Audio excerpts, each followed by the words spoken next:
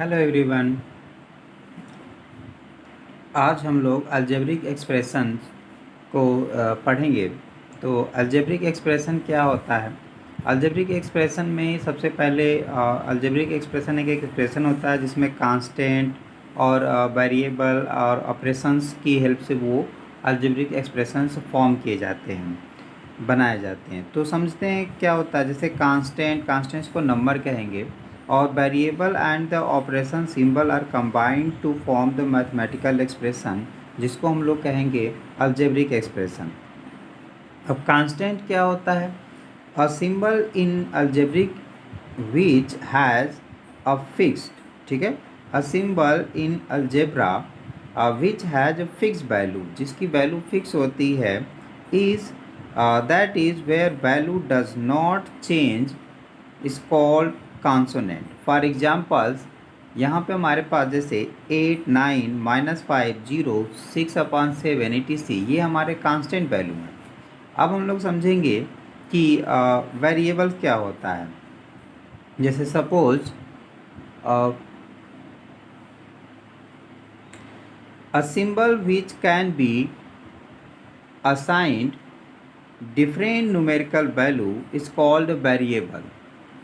In algebra, the variable are denoted by letter, जिनको हम लोग लेटर से डिनोट करते हैं, वो भी इंग्लिश अल्फ़ाबेट के लेटर से डिनोट करेंगे, जो ABC या XYZ PQR कुछ भी हो सकता है। यानी AB से स्टार्ट होगा और XYZ Z तक फिनिश हो जाएगा।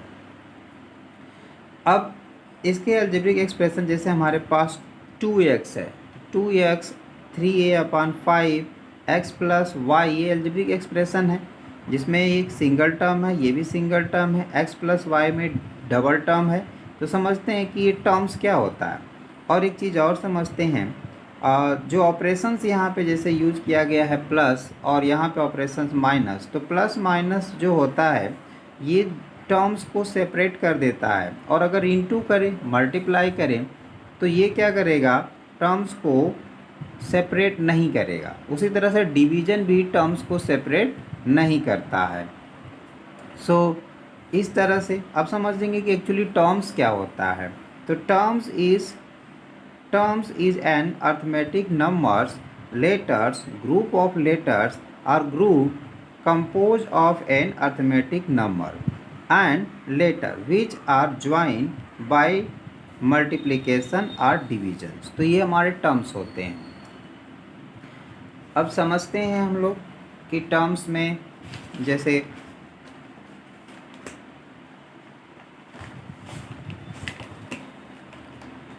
फॉर एग्जांपल हमारे पास जो है 7TAB 5x², ये हमारे टर्म्स हैं। अब इनके फैक्टर भी हो सकते हैं। जैसे 3x² है तो इसको हम लोग लिख सकते हैं 3 × x × x, तो इसके ये फैक्टर हो गया। उसी तरह से हमारे पास अगर 4y⁴ है तो 4 × y × y × y × y × y 5 time हम लोग करेंगे, तो ये हमारा 4y⁵ का फैक्टर होगा। तो these are the variable and constant factor. अब कांस्टेंट क्या हो, कांस्टेंट हम लोगों ने समझ लिया, वेरिएबल समझ लिया। अब समझते हैं कोफिशिएंट। कोफिशिएंट क्या होता है? In a terms the number factor of a product is a numerical coefficient of the remaining factor. यानी कि अगर हमारे पास 27x² है तो 27x² में ये जो हमारा है ये न्यूमेरिकल वैल्यू है, तो इसको x² का कोफिशिएंट कहेंगे। ये न्यूमेरिकल वैल्यू है और ये x² का कोफिशिएंट होगा। और यहाँ पे x² जो है इसमें का वो लिटरल कोफिशिएंट है, यानी 27 का ये कोफिशिएंट हो जाएगा और x² का 27 कोफिशिएंट हो जाएगा। तो लिटरल कोफिशिएंट पूछा जाएगा तो x² बताएंगे, और अगर हमें न्यूमेरिकल कोफिशिएंट पूछा जाएगा तो इसमें 27 होगा। तो न्यूमेरिकल कोफिशिएंट यानी कि वेरिएबल का कोफिशिएंट पूछेगा तो 27, और लिटरल कोफिशिएंट पूछे 27 कांस्टेंट का तो x²। तो ये हमारे लिटरल कोफिशिएंट, ये न्यूमेरिकल कोफिशिएंट। अब समझते हैं हम लोग कि इसमें लाइक टर्म्स क्या होता है। तो लाइक टर्म्स, जैसे like terms are the similar terms are terms which have the same literal value. जिनकी सेम लिटरल वैल्यू होता है वो हमारे लाइक टर्म्स होंगे, जैसे 5a 3a एंड 7a। तो ये हमारे सेम देखने में जो वेरिएबल हैं बिल्कुल सेम है, तो सिमिलर हैं, तो ये हमारे लाइक टर्म्स होंगे। अब लाइक टर्म्स आपस में ऐड हो जाएंगे, तो लाइक टर्म्स को हम लोग इजीली ऐड कर सकते हैं। जैसे 5a plus 3a plus 7a, इन दोनों को जब हम ऐड करेंगे सब तीनों टर्म्स को, तो हमें मिलेगा 15a। अब समझते हैं अनलाइक टर्म्स। अनलाइक टर्म्स क्या होता है? Unlike terms are those terms which have different literal factor. जैसे 5a 3b, ये 5a और यहाँ पे b, यानी ये दोनों हमारे अनलाइक हो गए, यानी कि a डिफरेंट हो गया, b डिफरेंट हो गया, तो अनलाइक टर्म्स हो गए।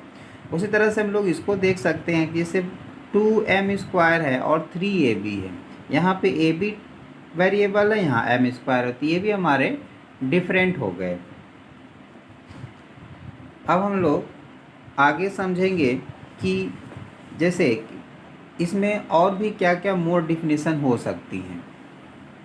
तो जैसे अ सिंपल, यानी कि हम लोग इसमें मोनोमियल, बायनोमियल, ट्राइनोमियल को समझेंगे। तो मोनोमियल क्या होता है? अ सिंपल एक्सप्रेशन और a monomial is a algebraic expression of one terms. इसमें सिंपल केवल एक ही टर्म्स होगा। जैसे हम लोग लिख सकते हैं a, या फिर लिख सकते हैं 5x, या फिर जो भी होगा वो सिंगल टर्म्स होगा।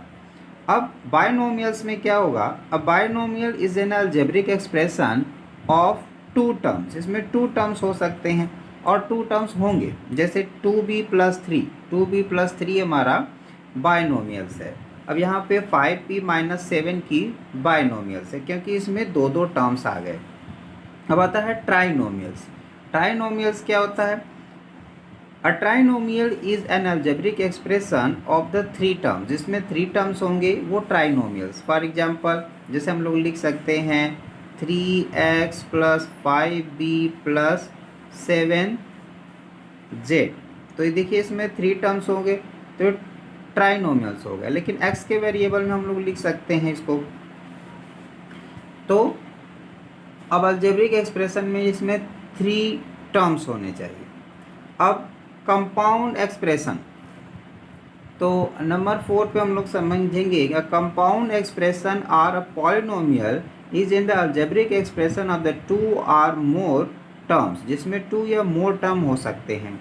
फॉर एग्जांपल जैसे 2x माइनस 7 टू टर्म्स है, इसको भी पॉलिनोमियल बोल सकते हैं। 3x² minus xy plus 4y², जिसमें 1 2 3 टर्म्स हैं, ट्राइनोमियल, यानी ये मोर देन टू टर्म्स आ गए, तो ये भी पॉलिनोमियल हो गया। अब 5a minus 2b plus 8a plus minus 1, इसमें 1 2 3 4 टर्म हो, 4 टर्म्स आ गए, मोर देन 3 हो गया, मोर देन 2 हो गया। तो ये हमारा कंपाउंड एक्सप्रेशन यानी अ पॉलिनोमियल में आएगा। अब एक्चुअली पॉलिनोमियल को भी समझते हैं हम लोग कि पॉलिनोमियल क्या होता है। सो अ polynomials an algebraic expression of the form a plus bx plus cx square plus dx cube, where a b c are constant and x is a variable is called a polynomial। अब इसमें हम लोग जैसे x के power की form में लिखते जाएंगे। यहाँ पे x के पावर 0 है, x के पावर 1 है, x के पावर 2 है, फिर यहाँ x के पावर 3 है, और a b c d जो हैं ये कांस्टेंट वैल्यू, यानी यहाँ पे 2 भी हो सकता है, 4 भी हो सकता है, 3 भी हो सकता है, 1 भी हो सकता है, कुछ भी हो सकता है। तो ये हमारे हो गए पॉलिनोमियल। अब डिग्री, यानी यहाँ पे जो इनकी पावर होती है उसी को डिग्री कहते हैं। तो समझते हैं कि डिग्री क्या है हमारा। The degree of a polynomial is the greatest power of variable in the polynomial. तो वो उसकी डिग्री होगी। जैसे सपोज अगर हम लोग यहाँ पे लिख दें x² plus 3y plus 7xy², तो इसमें यहाँ पे पावर 2 है, यहाँ पे पावर 2, लेकिन यहाँ पे दो वेरिएबल तो इन दोनों के पावर को ऐड कर देंगे। यहाँ पे एक पावर हिडन है जो दिख नहीं रहा है, तो इसको बोलते हैं।